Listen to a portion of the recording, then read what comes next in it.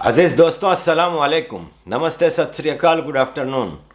Programme Arif की भाषा में आप सबका स्वागत है। शुरू करते हैं पाकिस्तान से।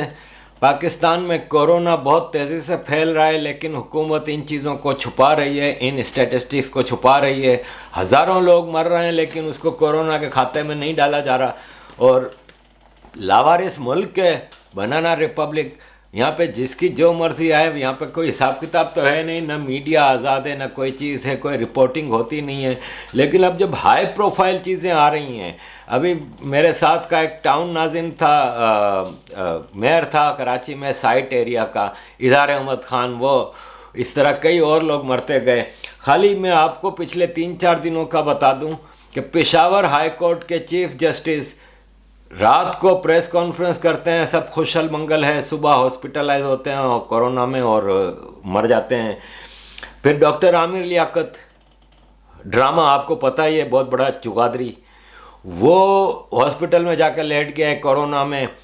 फिर नेशनल डिज़ास्टर मैनेजमेंट का वो बड़े पेट वाला पेटू फौजी, वो कोरोना में मतलब लाइन से कोरोना में लोग ढेर हो रहे हैं और कोई मतलब पूछने वाला नहीं। जियो का एंकर अरशद वहीद चौधरी, वो अभी इसका इंतकाल हो गया 3-4 दिन पहले कोरोना में। ये तो हाई प्रोफाइल केस है तो पता चलता है, अदरवाइज हज़ारों लोग मर रहे हैं और पाकिस्तान इसको छुपा रहा है। और WHO का वो तारीफ़ें कर रहा है पाकिस्तान को कि पाकिस्तान ने हैंडल किया है। पाकिस्तान, यहाँ पे मीडिया की कोई आज़ादी नहीं, ये बनाना रिपब्लिक है जहाँ पे Bill Gates army chief Bajwa को फ़ोन करके उससे कोरोना पे बात करता है। भाई कौन है दुनिया का ऐसा मुल्क जहाँ पे बिल गेट्स फौजी आर्मी चीफ को फ़ोन करता है? सिटिंग प्राइम मिनिस्टर बैठा हुआ है, प्रेसिडेंट बैठा है, हेल्थ मिनिस्टर हैं, सब मौजूद हैं।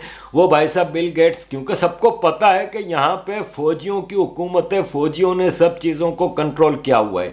फौजियों का ये हाल है, मैं आपको बताऊं कि सऊदी अरब ने $3 बिलियन जो वापस मांगे हैं वो देने को है नहीं, तो अब कतर ने भी कह दिया है कि भाई साहब हमारे $3 बिलियन वापस करो। चाइना ने मज़ीद पैसे देने से इनकार कर दिया है, अपने पैसे मांग रहा है कि चल भाई इंस्टॉलमेंट वापस दे। वर्ल्ड बैंक वापस मांग रहा है, IMF वापस मांग रहा है, पूरी दुनिया पाकिस्तान से पैसे वापस मांग रही है। इमरान खान और उसकी फौजी लीडर जो बाजवा और उसकी लीडरशिप इतना लूट चुके हैं इस मुल्क को कि मुल्क में अब इनके को वापस देने के लिए पैसा है नहीं। ये लूट मार करके पिज़्ज़ा पापा जॉन बनाएं, ये अमेरिका यूरोप में प्रॉपर्टियां लें, ऑस्ट्रेलिया में प्रॉपर्टियां लें, कोई पूछने वाला नहीं है। किस काम के लिए इस आर्मी को पाल रही है पाकिस्तान की आवाम? कितना बड़ा हिंदू देश भारत दुश्मन बैठा हुआ है, कश्मीर को आज़ाद कराना है। इन्होंने हमेशा की तरह इन्फिल्ट्रेशन करनी थी POK से भारत में, कश्मीर में टेररिस्टों की। तो हमेशा की तरह ये क्या करते हैं कि जब इन्फिल्ट्रेशन करनी होती है तो सीज फायर लाइन के पास फायरिंग शुरू कर देते हैं ताकि भारतीय फौज उसमें ऑक्यूपाइड हो जाए और इनके टेररिस्ट अंदर निकल जाएं। इस बार इन्होंने ये किया, दिवाली से एक दिन पहले भारतीय फौज का इंटेलिजेंस नेटवर्क बड़ा ज़बरदस्त चल रहा है। भारतीय फौज ने देखा हमला उन्होंने बड़ा शदीद किया था POK से, तो कुछ भारतीय सेना के फौजी भी शहीद हुए, कुछ सिविलियन को भी वो हुआ। तो भारतीय सेना ने भरपूर जवाब दिया और ऐसा जवाब दिया कि उन्होंने दर्जनों पाकिस्तानी फौजी मर गए।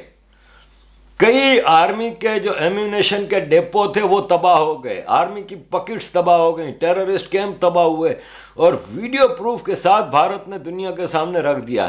अब पाकिस्तान की फौज बौखला गई, उनके टेररिस्ट तो अपनी जगह रह गए, इन्फिल्ट्रेशन न हो सकी, उल्टा उनको लेने के देने पड़ गए।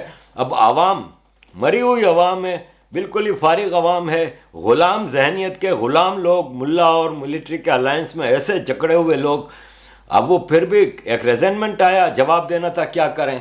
तो इन्होंने अपने जो है अपना क्या नाम है इसका, शाह महमूद कुरैशी फॉरेन मिनिस्टर, जो मज़ारों के पैसे खाता है, जिसके दादा ने अंग्रेज़ों के लिए मुखबरी की थी और अपने लश्कर तैयार करके भारत के जो क्रांतिकार थे उनको पकड़वाया था और उनसे लड़ा था, तो उसके बदले में इसको ये मज़ार और ये ज़मीन मिली थी जो मज़ारों के पैसे खा रहा है। शाह महमूद कुरैशी और ISPR का DG, इन्होंने प्रेस कॉन्फ्रेंस की कि भारत के बड़े नेटवर्क पकड़े गए हैं कराची बलूचिस्तान में, हमने ये पकड़ा है और वो पकड़ा है, और भारत पूरे पाकिस्तान में दहशतगर्दी करने वाला है, हमारे पास सब प्रूफ आ गए हैं, अब हमने दुनिया के सामने रख दिया है, हम पूरी दुनिया में इसकी आवाज़ उठाएंगे, OIC का इजलास बुलाएंगे, यूरोप और अमेरिका के सफ़ीरों को बुला के हम उनको प्रेस कॉन्फ्रेंस करके बताएंगे कि देखें भारत वो क्या कर रहा है। इसके पीछे कहानी ये है कि आपको बताया गया है कि मिसिंग पर्सन हज़ारों में है, हज़ारों मिसिंग पर्सन हैं बलूचिस्तान, KPK, कराची, सिंध में से हज़ारों लोग हैं। ये इनके जो सेफ हेवन से ISI के जो वो हैं टॉर्चर सेल्स हैं उसमें इनको रखा हुआ है, और इनको कई सालों से हैं। और बलोच तो आए दिन इस पे प्रेस कॉन्फ्रेंस, तो इनकी जो प्रेस कॉन्फ्रेंस होती रहती है। और इसके अलावा इन्होंने एक प्रोटेस्ट कैंप पाकिस्तान के तमाम press club, Karachi press club, Islamabad press club, Lahore press club के सामने करते रहते हैं। अक्सर ये लॉन्ग मार्च करते हैं, जैसे मामा कदीर ने आज से कुछ साल पहले कराची से इस्लामाबाद तक पैदल नंगे पांव मार्च किया था। तो अब फिर एक लॉन्ग मार्च चल पड़ा है और वो रावलपिंडी की तरफ जा रहा है। तो ये मिसिंग पर्सन जो होते हैं ना, उसमें से कुछ को निकाल के ले आते हैं कि देखें हमने ये टेररिस्ट पकड़ा है, जबकि वो बेचारा कई साल से इनकी जेल में होता है। तो इसी तरह कराची से भी इन्होंने कुछ लोगों को जो पकड़ा हुआ है उन लोगों के नाम दिए हैं कि इनको हमने पकड़ा है, उनको पकड़ा है। वो बेचारे, होता यह है कि इन मिसिंग पर्सन को जब ये डिक्लेयर करते हैं ना इस तरह के वाक़यात में, कहाँ भाई देखो ये हमने पकड़ा है ये वो, तो इनको डिक्लेयर करना पड़ता है कि ये हमने पकड़ा है। हालांकि पकड़ा इन्होंने उठाया पहले होता है, लेकिन वो डिक्लेयर नहीं करते। जब डिक्लेयर करते हैं तो जाहिर है फिर कोर्ट में चीज़ें लेके जानी पड़ती हैं, और फिर कोर्ट में जब चीज़ें जाती हैं तो इनके पास कोई सबूत तो होता नहीं है, ना कुछ ऐसी चीज़ होती है, क्योंकि झूठी मनगढ़ंत कहानियाँ होती हैं। तो फिर कोर्ट ऐसे लोगों को छोड़ देता है। ऐसे आपको सैकड़ों केसेस मिलेंगे जो कराची के और बलूचिस्तान के कई लोगों को इन्होंने जब डिक्लेयर किया ना, तो कोर्ट में से वो छूट के निकल गए। तो फिर इनका ये जो पेड मीडिया है, जो इनके जो बूट चाटने वाले जो मीडिया के लोग हैं, जर्नलिस्ट हैं, वो फिर कहते हैं देखें कोर्ट टेररिस्टों को अपीसमेंट देती है, टेररिस्टों को छोड़ रही है। अबे जब उनको बेगुनाहों को पकड़ के तुम उनके ऊपर, तो कराची में जो इन्होंने अभी जिन लोगों के नाम दिए हैं वो बिल्कुल बेगुनाह आम सिविलियंस हैं, जो कोई नौकरी करता है, कोई कारोबार करता है, उनके नाम दे के इनको आगे किया गया है। और अब इनके ऊपर केस चलाएंगे, और उनके घर वालों का जो हाल होता है, कई लोगों ने अपने बच्चों को बचाने के लिए अपने घर तक बेच के इन पुलिस वालों का, ISI वालों का और ये रेंजर्स वालों का पेट भर रहे हैं। करोड़ों रुपए के हिसाब से रिश्वतें जाती हैं सिर्फ इसलिए कि इनके बच्चे को अंदर मार ना पड़े या कम मार पड़े, उनके साथ थोड़ा बहुत इंसानियत वाला सलूक हो। इसलिए लाखों करोड़ों रुपया हर आदमी अपने बच्चे को बचाने के लिए देता है, इसके लिए इनके अपने घर तक बिक जाते हैं। लोग तबाह और बर्बाद हो गए हैं इस मुल्क में। मैं आपको ये बता दूं कि इन लोगों का हाल ख़राब है। भारत ने अभी जो POK में इनको जो मुंह तोड़ जवाब दिया है, इसमें सिविलियन कैजुअल्टीज़ भी होती हैं, लेकिन फिर ये तो होता है इन चीज़ों में। और of course that's not fair कि मतलब वहाँ पे आम कश्मीरी रह रहा है जो POK के अंदर सीज़ फायर लाइन के इस तरफ, वो बेचारा इसका शिकार होता रहता है। लेकिन बहरहाल ये अब कश्मीरी भी उठ रहे हैं, कश्मीरियों को भी पता है कि ये फ़ौज टेररिस्टों को भेजती है, खुद नहीं लड़ती। इनको हम 70 साल से जिस फौज को पाल रहे हैं, ये टेररिस्टों को, हम सिविलियन के बच्चों को टेररिस्ट बना के भारत के फौज के हाथों मरने के लिए भेज देते हैं। खुद इनमें इतनी टप्पड़ है नहीं। तो इसीलिए मैं शुरू से कहता आया हूँ कि इन फौजियों को इंटरनेशनल कोर्ट ऑफ जस्टिस में वार क्राइम्स में आपको खड़ा करना होगा। इसके अलावा आपके पास कोई चारा नहीं है। पाकिस्तान को अब डिसमेंबर करना ज़रूरी है, वरना 22 करोड़ पाकिस्तानी तबाह बर्बाद हो रहे हैं। और जिस तरह की ये खेप इन्होंने तैयार की है, जो फ्रांस में आपको नज़र आता है, दहशतगर्दी करते हैं, जिसका मर्जी आई गला काट देते हैं, जो जहाँ जाते हैं तबाही और बर्बादी फैलाते हैं और कुछ नहीं करते। यहाँ एक इलाका है लंदन का इल्फर्ड, जहाँ से मैं अपनी देसी शॉपिंग जितनी भी होती है वहाँ से करने जाता हूँ। हफ्ते में 1-2 बार जाता हूँ, बल्कि मैं कल भी गया था वहाँ पे।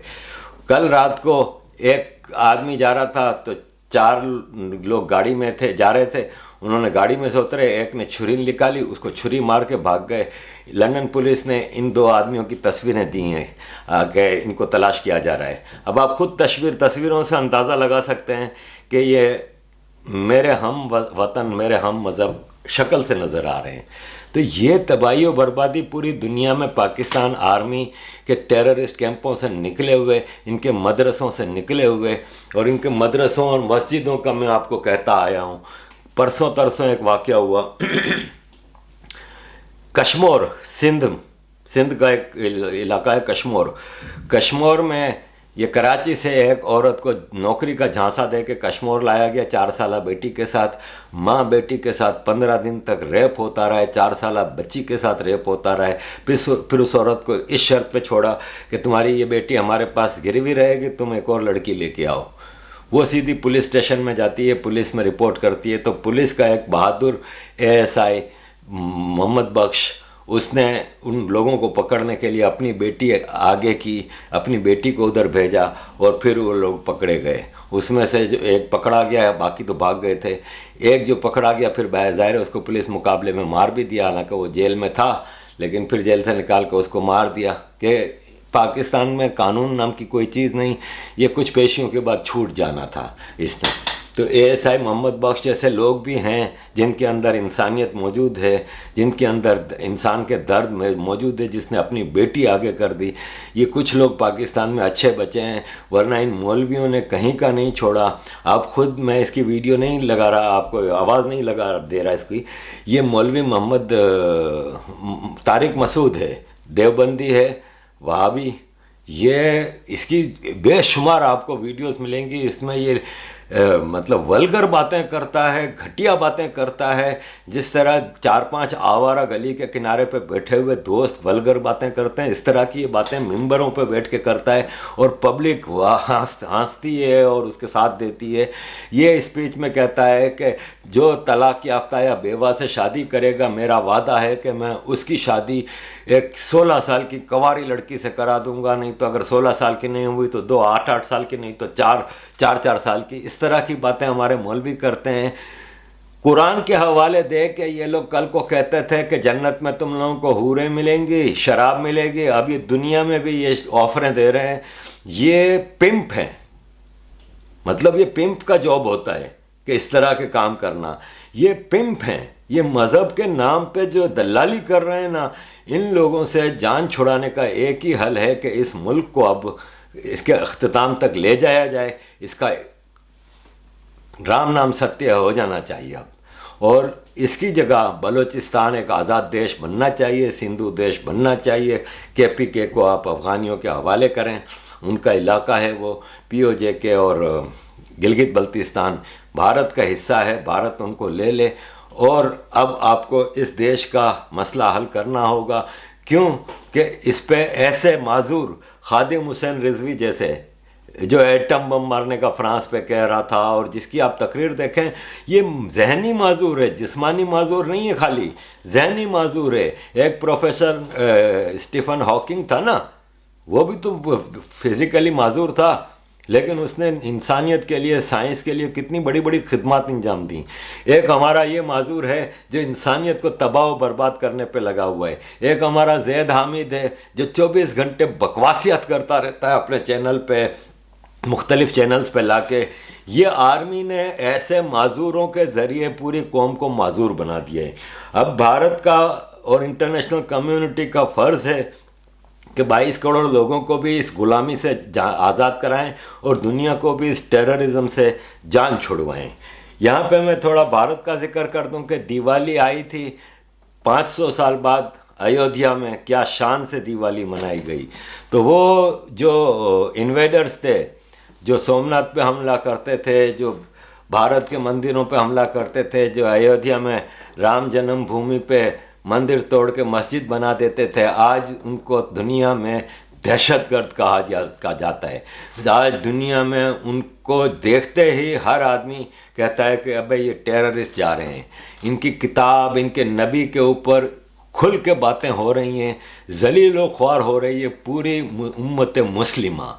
लेकिन इन्होंने जिन मंदिरों पे हमला किया था, आज आप देख लें दिवाली पे अयोध्या में क्या शान से राम की जन्मभूमि पे दिवाली मनाई गई। सोमनाथ का क्या शानदार मंदिर खड़ा है, वहाँ पे पूजा होती है।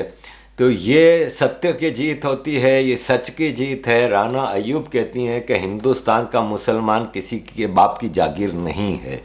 तो राना अय्यूब हर मुल्क का जो शहरी होता है ना, नागरिक होता है ना, सिटीज़न होता है ना, वो उस शहर मुल्क की जागीर होता है, वो उस मुल्क का सब्जेक्ट होता है। और तुम अगर हिंदुस्तान की जागीर या हिंदुस्तान का सब्जेक्ट बनने पे तैयार नहीं हो, तो फिर जिसको ये चीज़ें नहीं पसंद वो हिंदुस्तान छोड़ के जा सकता है। तुम लोग अगर वो इन्वेडर्स की तारीख दोहराना चाह रहे हो तो वो उम्मत मुस्लिमा का हाल देख लो कि आज तुम्हारी उम्मत का क्या हाल है। और ये फौजी साहब ने जो राना अय्यूब को जवाब दिया है वो बड़ा तगड़ा जवाब दिया है कि तुम कह रही हो कि किसी के बाप की जागीर नहीं, तो तुम्हारा बाप कौन था ये ज़रा स्टडी कर लो।